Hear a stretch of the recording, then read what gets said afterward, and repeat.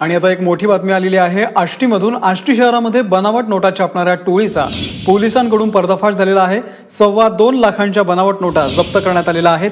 गोविंद आपल्या सोबत आहेत। गोविंद, नेमकं काय घडलंय?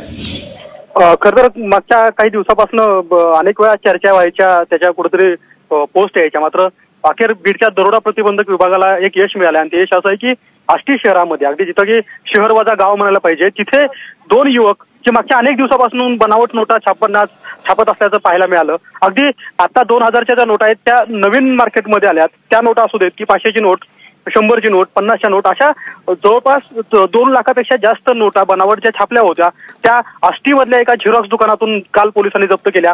आणि एकूणच शाहनवाज खान आणि भारत लबडे असे या 2 युवकाचं नाव आहे। अवघ्या 27 वर्षाचे 2 युवक आहेत आणि हे युवक त्या दुकानामध्ये, झेरॉक्सच्या दुकानामध्ये एका छोट्या मशीनचा वापर करून बनावट नोटा छापत असल्याचं लक्षात आलंय। आता पोलिसांना खरं तर मोठं आव्हान आहे की हे फक्त आत्ताच झालंय की या जुन्या नोटा ज्या यापूर्वी वापरात होत्या त्याही हे लोक छापायचे, हे तपासलं जातंय आता। मात्र नक्की की अगदी गाव वजा असलेल्या एका शहरामध्ये जी घटना घडली आहे त्यामुळे खळबळ उडाली की अगदी 2 लाखापेक्षा जास्त नोटा या 2 युवकांनी आष्टी शहरामध्ये ही घटना घडल्यानं खूप मोठा या ठिकाणी हे गोष्ट घडलेली आहे। आणि गोविंद, खूप खूप धन्यवाद दिलेल्या या संपूर्ण माहितीबद्दल।